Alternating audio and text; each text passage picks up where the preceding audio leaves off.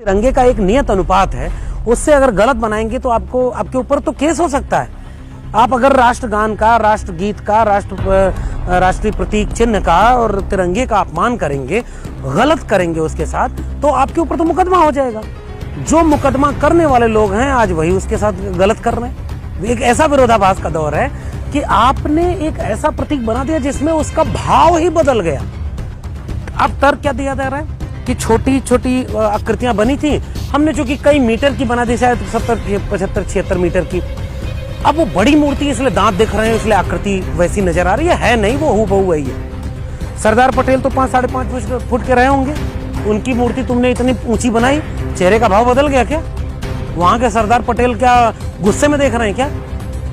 गांधी की मूर्तियां बनी इस देश में, भगत सिंह की मूर्तियां बनी हैं, डॉक्टर अंबेडकर की मूर्तियां बनी है, लोहिया की मूर्तियां बनी है। क्या बड़ी और छोटी मूर्तियां बनने से कोई भाव बदल जाता है? नहीं।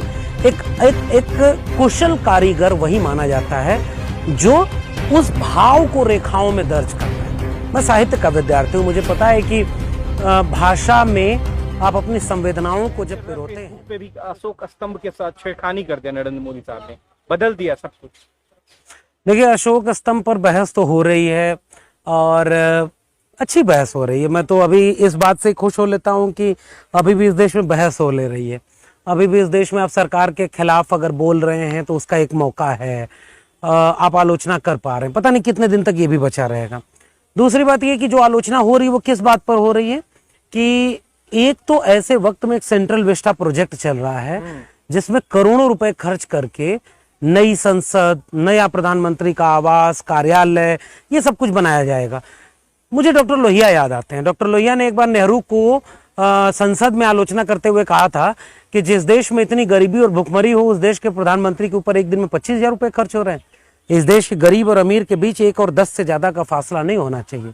और आज जब इस देश में इतनी भुखमरी है, इतनी अशिक्षा है, बेकारी है, उस दौर में करोड़ों रुपए खर्च करके एक सेंट्रल विस्टा प्रोजेक्ट बन रहा है। एक तो विडंबना इस बात पर है। फिर भी मुझे लगता है देश की जनता को कोई बहुत फर्क नहीं पड़ रहा है। अब सवाल इस बात का है कि भाई अगर वो प्रतीक बन रहा है तो कुछ तो राष्ट्रीय प्रतीक चुन लिए गए हैं जिन्हें आप बदल नहीं सकते।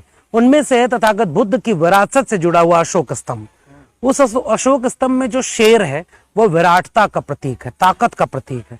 मगर उसके चेहरे के भाव को उस जमाने के कलाकारों ने अपने सौंदर्य बोध से एक सौम्य, शांत, एक निरपेक्ष भाव का, ताकत का प्रतीक बनाया और फिर उसे राष्ट्रीय चिन्ह के रूप में बनाया गया। तो राष्ट्रीय चिन्ह की कुछ शर्तें होती हैं।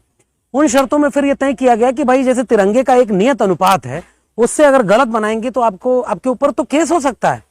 आप अगर राष्ट्रगान का, राष्ट्रगीत का, राष्ट्रीय प्रतीक चिन्ह का और तिरंगे का अपमान करेंगे, गलत करेंगे उसके साथ, तो आपके ऊपर तो मुकदमा हो जाएगा। जो मुकदमा करने वाले लोग हैं आज वही उसके साथ गलत कर रहे हैं। एक ऐसा विरोधाभास का दौर है कि आपने एक ऐसा प्रतीक बना दिया जिसमें उसका भाव ही बदल गया। उस शेर के प्रतीक में, उस अशोक स्तंभ में सब कुछ किस बात का है? अब तथागत बुद्ध की मूर्तियां हैं। अब उन मूर्तियों की, चाहे गांधार शैली की हो, चाहे मथुरा शैली की हो, उनकी मूर्तियों की मुद्राएं हैं। वो मुद्रा उनके विचार से जुड़े हुई है। चाहे उस मुद्रा में एक सौम्यता है, एक शील है, करुणा है, एक प्रेम है, एक सादगी है। कल को तुम कोई बुद्ध की मूर्ति ऐसी बनवा दो जिसमें वो गुस्से में हो, तो ये उस विचार के खिलाफ जाना है। अब तर्क क्या दिया जा रहा है कि छोटी छोटी आकृतियां बनी थी, हमने जो कि कई मीटर की बना दी, शायद 70, 75, 76 मीटर की। अब वो बड़ी मूर्ति इसलिए दांत दिख रहे हैं, इसलिए आकृति वैसी नजर आ रही है नहीं, वो हूबहू वही है। सरदार पटेल तो 5, 5.5 फुट के रहे होंगे, उनकी मूर्ति तुमने इतनी ऊंची बनाई, चेहरे का भाव बदल गया क्या? वहां के सरदार पटेल क्या गुस्से में देख रहे हैं क्या?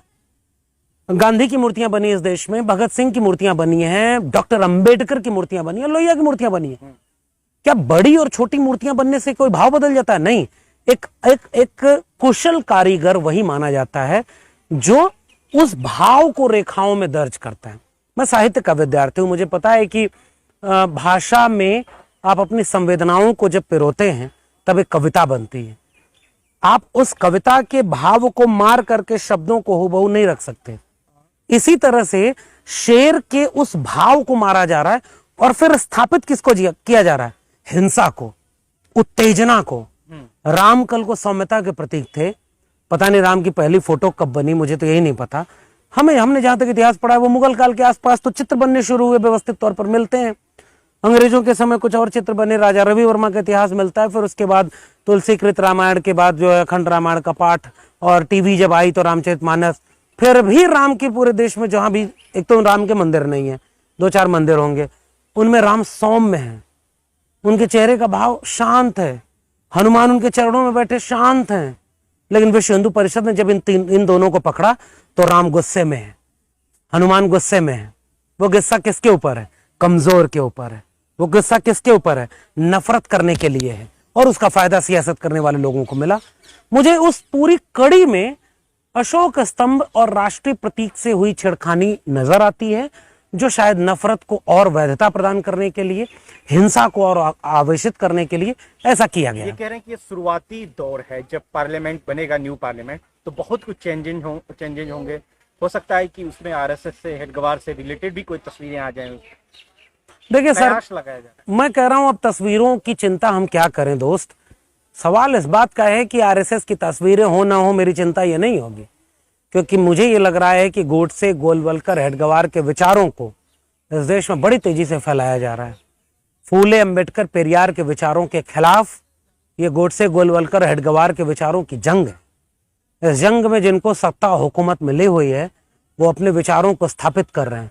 वो एक विश्वविद्यालय के कुलपति और कॉलेज के प्रधानाचार्य से लेकर के वो इस देश में काम करने वाले मीडिया, अभिनेता, कोई सामान्य व्यक्ति, नागरिक बोध, उन सब के भीतर एक हिंसा वाला वह नफरत का एजेंडा भर रहे हैं जो आरएसएस का एजेंडा है। मूर्तियां 4 कम भी बनेंगी तो भी इससे कुछ नहीं फर्क पड़ता। संसद में किसी की मूर्ति बना दें, संसद में बैठ करके, मुझे लगता है कि खतरा सबसे बड़ा इस मुल्क के सामने ये है कि अंबेडकर, फूले, पेरियार, भगत सिंह, लोहिया, इनके विचारों के खिलाफ काम होगा, और गोडसे, गोलवलकर, हेडगवार के विचारों पर नीतियां बनेंगी। और वह नीतियां बनेंगी जो इस देश के 90% कमजोर, वंचित, शोषित, मजदूर, मेहनतकश, दलित, पिछड़े, आदिवासी, पसमानदा लोगों के खिलाफ जाएंगी। मेरी चिंता इस बात की है। आप कह रहे हैं अशोक स्तंभ की बात, लेकिन आपको याद होगा कि कर्नाटक के विधायक इसरप्पा कहते हैं कि बदल दो, राष्ट्र ध्वज को बदलकर भगवा बनाओ राष्ट्र ध्वज। उसके खिलाफ भी एफआईआर नहीं हुआ। वो तो एक विधायक सांसद था। ये आरएसएस के मुख्यालय पर पहली बार तिरंगा कब फहराया गया? ये तो कहते थे कि तिरंगे का इतिहास तो 150 साल का है, हमारे भगवे का इतिहास तो 1000 साल का है। इसका मतलब ये है कि ये लोग जिन्होंने राष्ट्र को बनने में कोई भूमिका नहीं निभाई, राष्ट्र की मूल जो आत्मा कह लीजिए, हम लोग हालांकि बुद्ध को बात करते हैं तो आत्मा की बात नहीं करते, क्योंकि बुद्ध न ईश्वर को मानते थे, न आत्मा को मानते थे। बुद्ध ये कहते थे कि मनुष्य केंद्र में है। लेकिन उस मनुष्य की मनुष्यता के ही शब्दों को प्रयोग करें तो इस भारत की भारतीयता में हिंसा नहीं थी। वो जो राष्ट्रीय प्रतीक है, तिरंगा, अशोक का चिन्ह और तमाम इस तरह के प्रतीक, वो तो उस भारतीयता को एड्रेस कर रहे होते हैं, उस भारतीयता के समेकित प्रारूप हैं। आप उन्हें बदल करके एक रंग, एक विचारधारा, एक आइकॉन, एक धर्म, एक जाति, उनके वर्चस्व को फिर से स्थापित कर रहे हैं। वो एक विधायक की बात नहीं है, वो एक विचारधारा की बात है। ऐसे तमाम लोग बयान देते रहते हैं क्योंकि उनके पीछे एक विचारधारा है जो इस मुल्क को हिंदू राष्ट्र बनाना चाहती है। भारत के संविधान के खिलाफ, भारतीयता के खिलाफ ये विचारधारा है। ये सबसे बड़ा खतरा है। कह रहे हैं कि सीपीआई की रिपोर्ट आई है कि पिछले जून माह में 25 लाख नौकरियां चली गई हैं। कांग्रेस के कई दिग्गज नेता कह रहे हैं श्रीलंका के दौर में हम जी रहे हैं, फर्क इतना है कि वहाँ इमरजेंसी लग गई, यहाँ पर कुछ हो नहीं रहा। श्रीलंका से बहुत सारे लोग उम्मीद पाले हुए हैं। ये तो वही बात है कि आपके घर में चूल्हा नहीं जल रहा है, बगल वाले की चिमनी से धुआं उठते देख करके खुश हो ले रहे हैं कि अब तो धुआं हमारे यहाँ ही उठेगा। मेहनत करनी पड़ती है, लड़ना पड़ता है, विरोध करना पड़ता है, जोखिम उठाना पड़ता है। अपने बीच के किसी व्यक्ति को जेल में डाल दिया जाए तो उसको जो है जेल में डाल करके उसको बचाने के लिए खड़ा होना पड़ता है। हमारे बीच से लोगों को जेल में डाला जा रहा है, हम उन्हें नहीं बचा पाए। हम इस मुल्क के कॉन्स्टिट्यूशनल वैल्यूज को नहीं बचा पा रहे हैं और हम उम्मीद ये कर रहे हैं कि श्रीलंका की तरह हमारे यहाँ गृह युद्ध हो जाएगा। ऐसा कुछ नहीं होने वाला।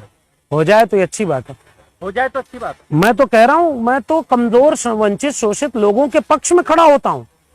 मैं तो एक ऐसी क्रांति की बात करता हूं। मैं भगत सिंह की बात जब करता हूं, मैं डॉक्टर अंबेडकर की बात करता हूं, तो मैं ये कहता हूं कि उस तख्त ताज को उठाकर फेंक देना चाहिए जो गरीब, कमजोर, वंचित, शोषित विरोधी है। वहां कोई हिंसा नहीं हो रही है। तो रामधारी सिंह दिनकर की एक कविता है कि सदियों की ठंडी बुझी राख सुगबुगा उठी, मिट्टी सोने का ताज पहन इठलाती है, दो राह समय के रथ का घर घर नाच सुनो, सिंहासन खाली करो कि जनता आती है। तो क्या ऑप्शन क्या है? जनता जागेगी? जन आंदोलन, यूपी में कमल जीत रहे सर, कमल यही तो आजमगढ़ चिंता है। रामगढ़। नहीं वो छोड़िए, चुनाव छोड़िए, चुनाव छोड़ दीजिए। पेट्रोल, डीजल, अरे भाई प्याज पर जिस देश में आगरा पे सरकार, टैक्स।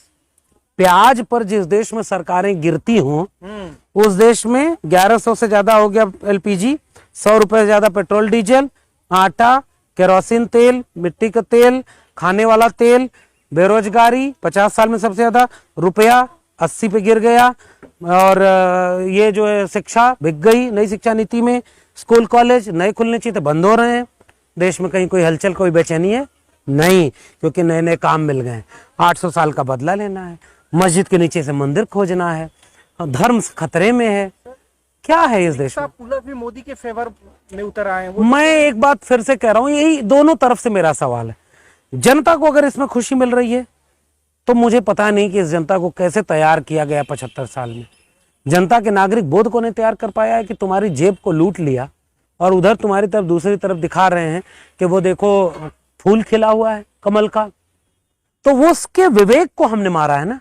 हमारा काम क्या है? मैं तो यही बोल सकता हूं ना आपके चैनल पे कि उस विवेक को मैं कोरे दूं, उस नागरिक बोध को फिर से जिंदा करने की कोशिश करूं, उस नागरिक से पूछूं कि तुम्हारे बच्चों को रोजगार, शिक्षा, महंगाई, बेरोजगारी, इन पर कोई बात नहीं हो रही, इस मुल्क का क्या बना के जाओगे? पुरखों ने लड़ाई लड़ी थी तो आपको तुम्हें ये हासिल हुआ, तुम्हारे सामने सब लूटा जा रहा है और तुम कुछ नहीं बचा पा रहे हो। मेरी चिंता इस बात की है। जन आंदोलन की बात मैं कर रहा हूं और लोकतंत्र में जनता सबसे केंद्र में होती है। जनता ही कुछ लोगों को ताकत दे करके उनको वहां बैठा रही है जहां वो उनके खिलाफ नीतियां बना रहे हैं। इसलिए जनता जिस दिन जागेगी, जिस दिन इस देश के कमजोर, वंचित, शोषित 90% लोग कम से कम अपने शिक्षा के लिए, रोजगार के लिए, महंगाई के लिए, भूखमरी बेकारी के लिए, स्वास्थ्य के लिए, खेती किसानी के लिए, मजदूरी के लिए कमर पे खड़े हो जाएंगे, मुझे लगता है वो अपना मुल्क भी बचा लेंगे, वो अपने संविधान को बचा लेंगे और आने वाली पीढ़ियों को फिर इस बात पर गर्व होगा कि हाँ हमारे पुरखे ऋणविहीन नहीं थे, बिक नहीं गए थे। उनके सामने जब सब कुछ लूटा जा रहा था तो वो खड़े होकर लड़ रहे थे। बहुत अच्छा।